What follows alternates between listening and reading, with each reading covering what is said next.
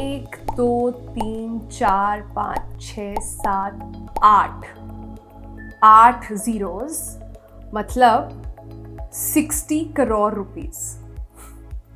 ये annual salary है किसी आईटी कंपनी की। अगर आप सीईओ देखते हैं जैसे इन्फोसिस, विप्रो वगैरह, उनकी। अब हम काउंट करते हैं इन कंपनीज के, अगर कोई फ्रेशर जो होते हैं उनकी सैलरी में कितने जीरो होते हैं? केवल 3। करीब 25,000 के आसपास शुरू होती है इन फ्रेशर्स की सैलरी। इसको अगर हम एक डेकेड पहले चले जाएं, 10 साल पहले की बात करें, तो सीईओस की सैलरी होती थी लगभग 80 लाख रुपए, 80 लाख, एंड फ्रेशर्स की होती थी 2.75 लाख। तो इसको अंडरस्टैंड करने के लिए हमने सोचा कि थोड़ा और नंबर क्रंचिंग करते हैं और मीडियन गैप निकालते हैं इसमें से क्या है, ठीक है। तो 2012 में अगर मीडियन गैप टॉप एग्जीक्यूटिव्स और फ्रेशर्स के बीच में 3.3 करोड़ का था, तो 2022 में ये गैप 31.4 करोड़ का हो गया। मतलब 10 साल में टॉप एग्जीक्यूटिव्स की जो सैलरी थी वो 835% बढ़ी, और जो फ्रेशर्स की सैलरी थी वो केवल 45% बढ़ी। 835%, 45%। ये सिर्फ 10 साल का, पिछले 10 साल का आईटी कंपनीज का रिकॉर्ड है। तो अब सवाल ये उठता है कि इतना डिफरेंस क्यों है सैलरीज में? और हम ये नहीं कह रहे हैं कि सिर्फ फ्रेशर्स की सैलरी बढ़नी चाहिए या टॉप सीईओज की सैलरीज नहीं बढ़नी चाहिए। हमारा सवाल ये है कि क्या ये गैप नैरो नहीं हो सकता है? 835 और सिर्फ 45 का गैप क्या नैरो नहीं हो सकता है? ये गैप क्यों इतना ज़्यादा है? क्यों इसमें डिफरेंसेस नहीं कम हो पा रहे हैं? और ये आईटी सेक्टर में ही पिक्यूलरली क्यों होता है? ये सारे हम जवाब देंगे आपको इस वीडियो में। नमस्कार, मेरा नाम है सोनू मेहरोत्रम कपूर। आप देख रहे हैं नौकरी की बात मनी कंट्रोल पर, जिसमें हर हफ्ते हम आपको आके बताते हैं कि जॉब मार्केट में क्या चल रहा है, क्या नया ट्रेंड है, किससे आपको एकदम अपने आप को डिटेल सारी लेकर रखनी चाहिए। तो चलिए आज का एपिसोड शुरू करते हैं सिर्फ सैलरी के ब्रेकअप की तरह। तो अगर आप फ्रेशर हैं और आप ये वीडियो देख रहे हैं, आप कहेंगे 25,000 रुपये कैसे होएगा इसमें? तो हमने एक ब्रेकअप करा, हमने खूब सारे फ्रेशर से बात करी और उनसे जानने की कोशिश करी आपकी सैलरी आप कैसे डिवाइड करते हैं। सबका एक ही जवाब था, रोटी कपड़ा मकान। एक हिंदी फिल्म का बहुत पुराना डायलॉग है, तो हमने सोचा उसी ऑर्डर में आपके लिए ब्रेकअप करते हैं। तो अगर आप शेल्टर से शुरू कर लेते हैं। अगर आप जहाँ रहते हैं उसकी बात करें, अगर आप एक मेट्रो में काम कर रहे हैं, बैंगलोर, मुंबई, दिल्ली टाइप के मेट्रो में काम करें, और आप एक 2 BHK का अपार्टमेंट रेंट करते हैं, 25,000 के आसपास होगा लगभग। एक आइडिया मान लेते हैं, बॉम्बे में तो और ज़्यादा एक्सपेंसिव होगा। तो 25,000 अगर आप इसके साथ शेयर भी करते हैं तो करीब 12,000 के आसपास आ जाएगा, 12,500 के लगभग आ जाएगा। उसमें आप यूटिलिटीज़ ऐड कर दीजिए, मतलब वाईफाई बहुत इंपॉर्टेंट है, इलेक्ट्रिसिटी बहुत इंपॉर्टेंट है, मेंटेनेंस होगी वो बहुत इंपॉर्टेंट है, वो हो गया करीब 5-6 हज़ार रुपये। तो लगभग 15,000 अभी तक हो गया हमारा कैलकुलेशन। उसके ऊपर खाना, अगर आप बहुत बाहर से ऑर्डर नहीं कर रहे हैं फूड, अपने आप को बहुत जमा के पैसे खर्चा करते हैं, स्विगी जोमेटो से दूर रहते हैं, अपना खाना खुद बनाते हैं, खुद ग्रोसरीज लेकर आते हैं, तब भी करीब 7-8 हज़ार के आसपास आपके महीने का खर्चा आएगा। जो मतलब करीब आप अगर फिर ब्रेकअप करते हैं, एक्सपेंसेस थोड़े आप शेयर कर रहे हैं अपने, तो मोटा मान लेते हैं 20,000 रुपये का एक्सपेंडिचर आपका हो रहा है। 25,000 की सैलरी, 20,000 का एक्सपेंडिचर। इसमें हमने क्या कैलकुलेट नहीं करा है? इसमें हमने कैलकुलेट नहीं करा है बहुत इंपॉर्टेंट फैक्टर जो है ट्रांसपोर्टेशन।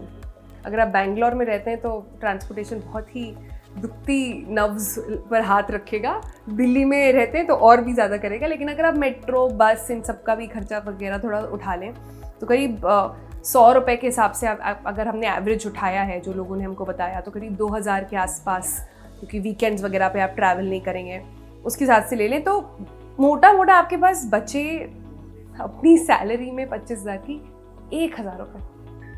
मतलब हर वीकेंड पर आपके पास खर्चा करने के लिए होंगे सिर्फ 250 रुपये। वो 250 रुपये से आप क्या करेंगे? बहुत इंटरेस्टिंग क्वेश्चन है। तो ये फ्रेशर्स की बात थी। अब हम सीईओस की बात करते हैं। सीईओस की सैलरी हमने मानी बहुत ही लो, 1 करोड़। ठीक है, हमने बात करी थी 80 crore and this and that, लेकिन हम अगर 1 करोड़ भी ले लें, बेसिक लेवल का जो होता है, स्टार्टिंग लेवल के जो एग्जीक्यूटिव्स होते हैं उनका, उसके हिसाब से हम अगर लें और एक्सपेंसेस 10 गुना कर दें जो हमने अभी कैलकुलेट करे वैसे, तो उसके बाद एक सीईओ के पास बचते हैं 5 लाख रुपए। सो बहुत सारे लोग जब हम ये सर्वे कर रहे थे, लोगों से बात कर रहे थे, तो उन्होंने यही कहा कि हम इतना हार्ड वर्क लगा के काम करते हैं, इतने लोन लेते हैं अपनी पढ़ाई ख़त्म करने के लिए, तो ये कैसे चलेगा। तो ये क्यों है सैलरी में इतना डिफरेंस, ये जानने के लिए हमने कुछ लोगों से बात करी और कुछ एक्सपर्ट्स से भी ज्ञान लेने की कोशिश करी कि ऐसा क्यों हो रहा है, ये क्या, और ऑल्सो हमने ये जानने की कोशिश करी क्या ये सिर्फ आईटी में होता है। तो उस पर बहुत सारे इंटरेस्टिंग ट्रेंड्स निकल कर आए हैं। पहली बात हमारे सामने आई कि आईटी में इसलिए होता है क्योंकि इस समय सप्लाई जो है of engineers is much more than the demand. एक फिगर देखिए आप, इंडिया में on an average 15 lakh graduates निकलते हैं आईटी सेक्टर में हर साल। इन 15 लाख में से FY22 में केवल 3,60,000 बच्चों को नौकरी मिली थी। 15 लाख में से सिर्फ 3,60,000 लोगों को नौकरी मिली। तो अब ये लोग, जब इतनी ज़्यादा सप्लाई रहेगी तो ऑब्वियसली आपको पैसे तो कम ही मिलेंगे। दूसरा एक फैक्टर निकल कर आया है स्किल सेट, और ये बहुत इंपॉर्टेंट है क्योंकि इसका एक्चुअली सोल्यूशन है और जो आप अप्लाई कर सकते हैं अपनी ज़िंदगी में। इसका हम बात कर रहे थे कुछ को फाउंडर्स से और उन्होंने बताया बड़ी कंपनी से भी, और आप अगर देखेंगे अभी रिसेंटली बड़ी बड़ी आईटी कंपनीज के रिजल्ट्स निकल कर आए हैं, उन सबसे जब हायरिंग के बारे में बात करी गई तो उन्होंने कहा कि हम हायर करते हैं लेकिन बहुत अनस्किल्ड लोग होते हैं, मतलब दे आर वेरी रॉ।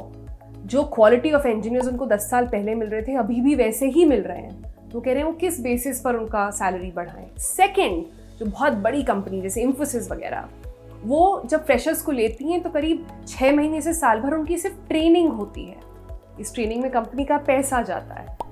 और हम जब कंपनी से बात कर रहे हैं, उन्होंने ये भी कहा कि भले ही स्टार्टिंग पॉइंट 25,000 हो, और इसको ध्यान से सुनिएगा, भले ही स्टार्टिंग पॉइंट 25,000 हो, जो टॉप परफॉर्मर्स होते हैं उनका एक साल में इंक्रीमेंट किसी का 20, किसी का 15, किसी का 50% तक देखा गया है। तो आप इन अपस्किलिंग एक्टिविटीज़ में कैसे कंट्रीब्यूट करते हैं, कैसे परफॉर्म करते हैं, ये डिफाइन करेगा कि आप 25,000 पर ही रह जाएंगे एक साल के एंड पर, या फिर आपकी सैलरी कई गुना बढ़ सकती है। तो ये तो बात हुई फ्रेशर्स की। हम थोड़ी देर के लिए अब सीईओज़ की सैलरी पर वापस जाते हैं और आपको एक इंटरेस्टिंग फैक्ट बताते हैं। इनफैक्ट मेरे पास आपके लिए क्वेश्चन है, क्या आप जानते हैं इंडिया में हाईएस्ट पेड एग्जीक्यूटिव कौन है? इन्फोसिस के सीईओ सलिल पारेख। इनफैक्ट उनकी सैलरी पिछले साल 88% बढ़ाई गई थी। तो जो इन्फोसिस के को फाउंडर हैं, चेयरमैन हैं नंदन नीलकनी, उन्होंने शेयर होल्डर्स का नॉड लिया था और उन्होंने अप्रूव करा 88% सैलरी जंप सलिल पारेख के लिए, और उनको सेम पोजीशन पे, सीईओ की पोजीशन पे भी रखा अगले 5 साल के लिए। सिमिलरली विप्रो के जो सीईओ हैं, उनकी सैलरी फिस्कल ईयर 21-22 में 79 करोड़ के ऊपर चली गई। ये फिगर्स काफ़ी आपको ज़्यादा लग रही होंगी कि क्या करते हैं लोग, इतने पैसे का क्यों दिया जाता है उनको, पर आप प्लीज़ ये बात समझिए। और वाइल हम कंपैरिजन कर रहे हैं, to be fair to the CEOs also, इनके फेस पर, इनके नाम पर, इनकी टीम्स के हिसाब से कंपनीज की प्रॉफिटेबिलिटी डिपेंड करती है, शेयर होल्डर्स का कॉन्फिडेंस डिपेंड करता है, ग्रोथ, पब्लिक इमेज, ट्रस्ट, ये सारी चीज़ें सीईओ अपनी इमेज से बिल्ड करता है। So that position is very important. उसके अलावा सीईओज की सैलरी सिर्फ अकेले ये नहीं होती है, उनकी सैलरीज का मेजर पोर्शन वेरिएबल पे होता है। वेरिएबल पे जैसे ईसॉप्स हमने आपको बताया था हमारे पिछले वीडियो में, जब हमने करा था कि स्टार्टअप्स में जब आप अगर नौकरी लेना चाह रहे हैं या इंटरव्यू देने जा रहे हैं तो कैसे नेगोशिएट करें, हमने तब आपको समझाया था ईसॉप्स क्या होते हैं। तो वीडियो अगर आपने नहीं देखा है तो प्लीज़ जाके ज़रूर देखें। मीनवाइल अगर हम सीईओज़ की सैलरी पर वापस आ जाएं, तो इनका जो बेसिक अमाउंट होता है, उसके अलावा उनका वेरिएबल पे होता है जो डिपेंडेंट होता है कंपनी की परफॉर्मेंस पर। तो ये बेसिक सैलरी और ईसॉप्स में कितना फ़र्क होता है उसका एक एग्जाम्पल उठाते हैं। तो हमने सलिल पारेख की सैलरी ले ली, ठीक है, इंडिया के टॉप पेड एग्जीक्यूटिव जो हैं, उनकी टोटल सैलरी में से उनकी बेस सैलरी सिर्फ 6 करोड़ है, 12 करोड़ बोनसेस और इंसेंटिव्स हैं, और 52 करोड़ की जो वर्थ है वो उनकी ईसॉप्स के थ्रू आती है।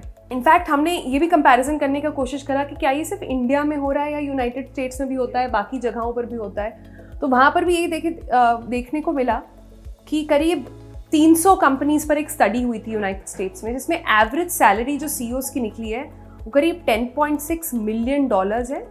और अगर आप मीडियन वर्कर उठाएं, फ्रेशर्स या इनफैक्ट लोअर लेवल के लोगों को भी उठाएं, तो वो करीब सिर्फ 23,000 करोड़ आता है। तो ये जो डिस्पैरिटी की हम बात कर रहे हैं, ये एक वर्ल्ड ओवर फिनोमेना है। इंडिया में ये टॉपिक ऑफ डिस्कशन इसलिए ज़्यादा बन गया है क्योंकि पिछले 5 सालों में हमने एक IT बूम देखा है। तो लोगों को ये लग रहा है कि IT बूम हुआ, परफॉर्मेंसेस बढ़ी, लेकिन इन परफॉर्मेंसेस के बढ़ने का, इंडस्ट्री के ग्रोथ का, प्रॉफिटेबिलिटी के बढ़ने का फ़ायदा क्या सिर्फ टॉप एग्जीक्यूटिव्स को मिला है? What about the freshers? Just because demand ज़्यादा है, क्या वो सफ़र कर रहे हैं? या हमारी क्वालिटी ऑफ जो हम प्रोड्यूस कर रहे हैं इंजीनियर्स, उसमें कुछ फाइट है? तो ये सारे सवाल बड़े इंटरेस्टिंग से हैं जिनका सोल्यूशन बहुत आसान तो नहीं है, लेकिन मैं आपको एक बताती हूँ। हम जब अपना रिसर्च कर रहे थे तो एक बड़ा इंटरेस्टिंग कमेंट निकल कर आया।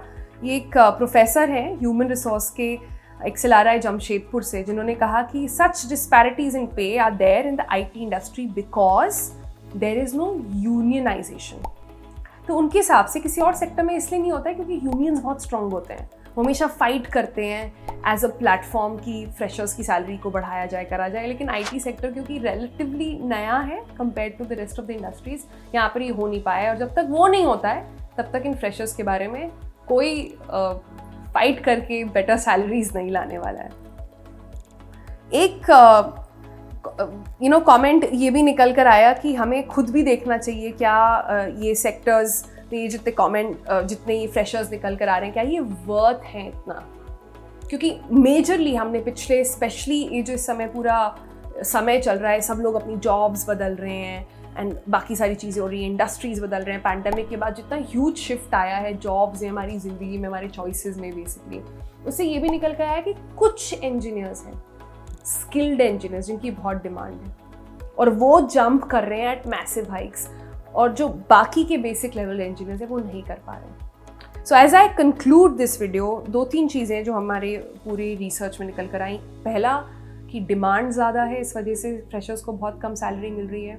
दूसरा, स्किल सेट अभी भी ऑन एन एवरेज काफ़ी लो है, इस वजह से कम निकल रही है। लेकिन तीसरा ये भी निकल कर आया कि अब ना बात शुरू हो गई है, ये चर्निंग आ गई है IT सेक्टर में कि ऐसा आखिर क्यों हो रहा है। आपके अगर इस पर कुछ थॉट्स हैं, कुछ विचार हैं, तो प्लीज़ हमें कमेंट्स में ज़रूर बताएं। अगर आपके साथ ऐसा हो रहा है तो हमें बताएं किस तरह से आप अपनी सैलरी मैनेज करते हैं, क्या आपने सोचा है अपने फ्यूचर के बारे में, कैसे आप अपना आगे अपनी सैलरी बढ़ाना चाहते हैं। अगर आप अपने बॉस से इंक्रीमेंट के बारे में बात करना चाहते हैं तो बाय द वे मैं बताते हैं, हमने उसके लिए भी एक वीडियो अलग से करा है कि बॉस से जब सैलरी की हाइक की बात करें तो कैसे करा जाए, तो वो भी आप देख सकते हैं। आई होप वो आपके काम आए। फिलहाल के लिए आज का वीडियो देखने के लिए बहुत बहुत शुक्रिया। मनी कंट्रोल को सब्सक्राइब करें, हमारे वीडियोस ऐसे ही देखते रहें, अपने दोस्तों को भी दिखाएं और कमेंट्स में हमें लिखकर ज़रूर बताएं कैसा लग रहा है आपको। बाय।